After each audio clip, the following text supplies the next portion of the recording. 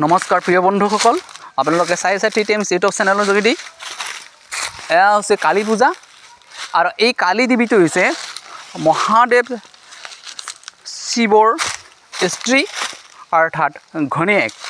এই কালী দেৱীয়ে আমাৰ হিন্দু শাস্ত্ৰৰ মতে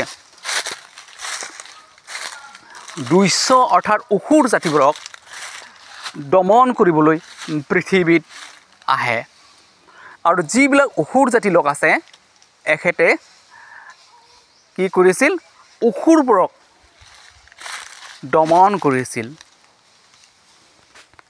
আৰু আজি দিনটোত এই অসুৰবোৰক দমন কৰাৰ দিন হিচাপে কালী পূজা আমাৰ হিন্দুসকলে পূজা দি আহিছে।